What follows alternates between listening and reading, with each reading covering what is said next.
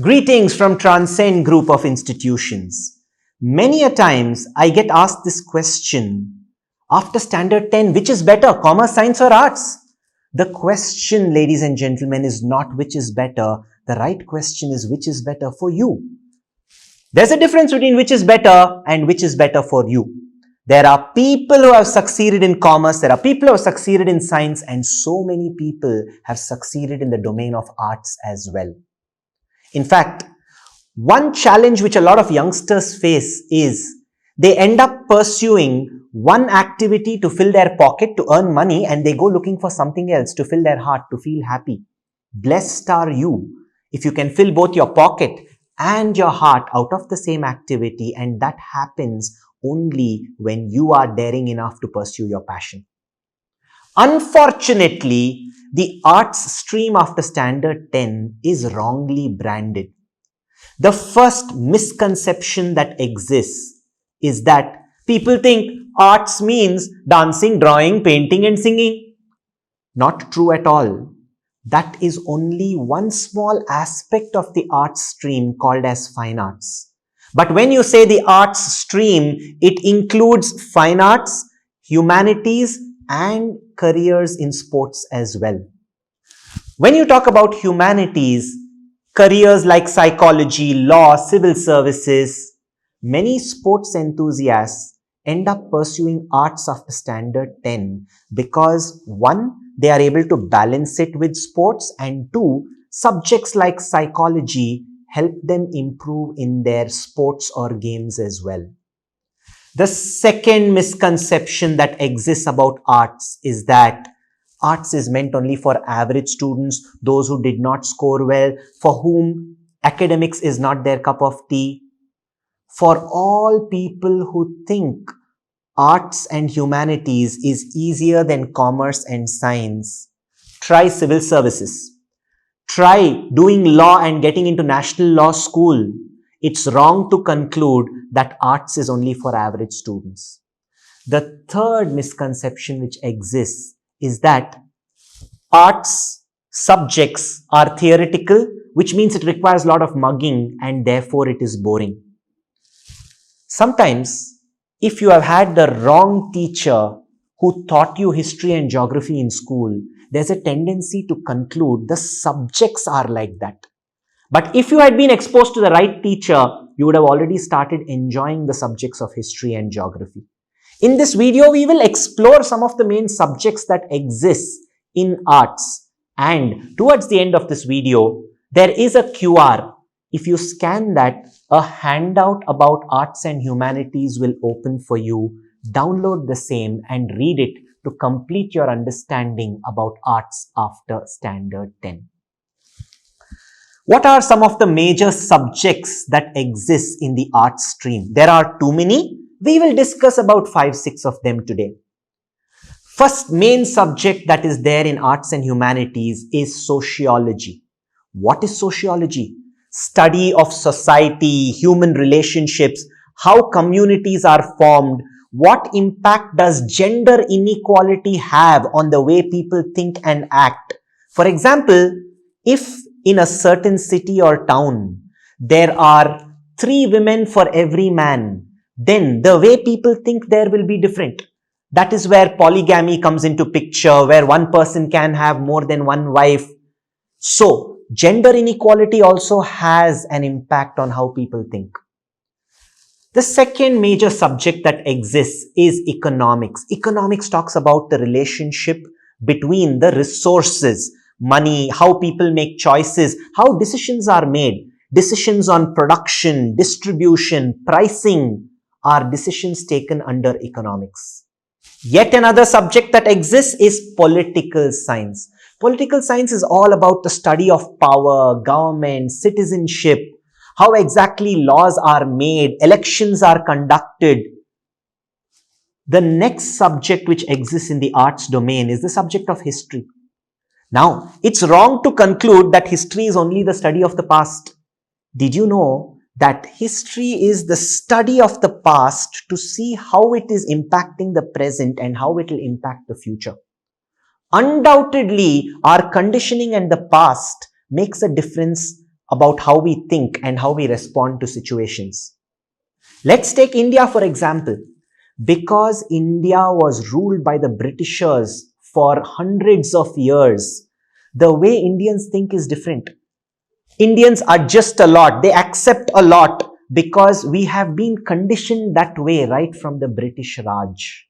So remember, history is not just study of the past, but it is about predicting the present and the future because of the conditioning of the past. Yet one other major subject in the arts domain is psychology, which talks about human mind, human behavior, how people respond, how people think. Extremely important for a career in civil services or psychology. The last subject which we shall discuss about is geography. Now, geography talks about the relationship between earth, people, environment. Now, if there are 10,000 people living in a very small locality, when compared to 10,000 people living in a large parcel of land, automatically the way people will think will differ. If the per capita number of people living in that town is 10,000 in a very small parcel of land, the thought process will be more of, I have to fight for everything, I have to get what I want, if not, I am going to struggle. Whereas, if there are 10,000 people living in a huge parcel of land, the way people think is going to be different. They don't mind sharing. They are territorial. They say, this is mine, that is yours. You can't do that in an extremely populated area. Are these the only 6 subjects which exist in humanities? Not at all. But these are some of the major subjects. You want to know more about some of the further subjects, you can download the same from at the end of the QR at the end of this video and you can read about it. The careers that are there in the domain of arts and humanities.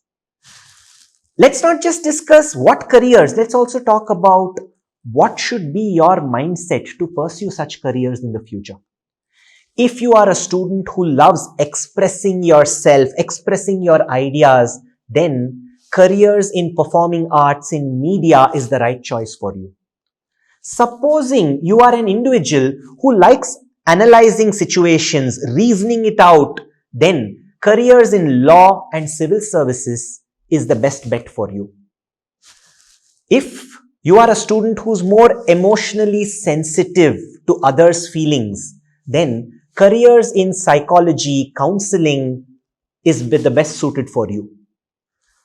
Now, supposing you are a very creative person, you like designing, then careers in design, fine arts is the best suited for you. If you like to start something on your own, then entrepreneurship is the best bet for you in the future.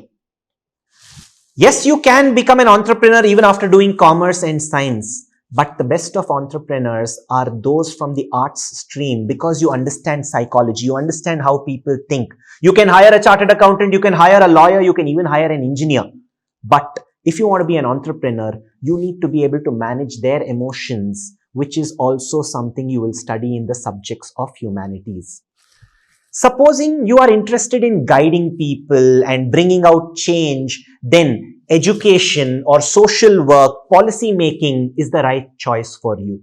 Remember what we discussed in the start of this video. The question is not which is better, the question is which is better for you.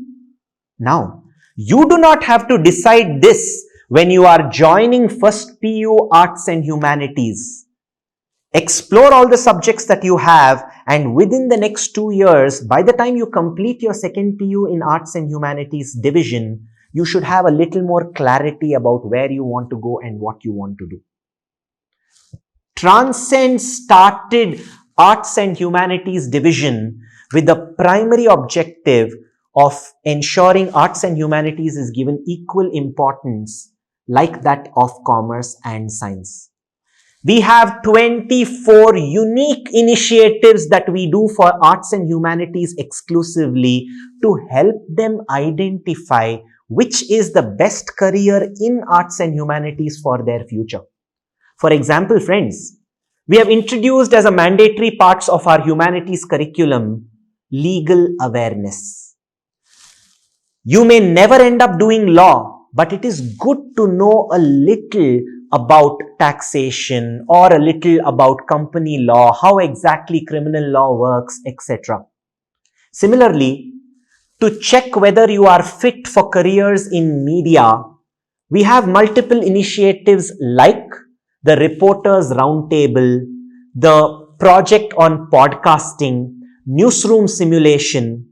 We have introduced as a part of our curriculum video editing, how to get a little more tech savvy. In fact, we start off firstly with touch speed typing, which is a very, very important need in today's world. As a part of our arts and humanities curriculum, public speaking and communication skill is an integral part. We train students on how to overcome stage fear, how to bring in body language while communicating. Every speech gets video recorded. It's put on a pen drive and given to the student so that at home, even parents can see how they are improving. If you are planning to do arts and humanities, I sincerely recommend that you visit the Transcend campus, meet our admission counselors, and experience firsthand our dynamic, action-oriented, and personality-driven curriculum that is customized exclusively for students aspiring in arts and humanities. Enjoy the rest of your day.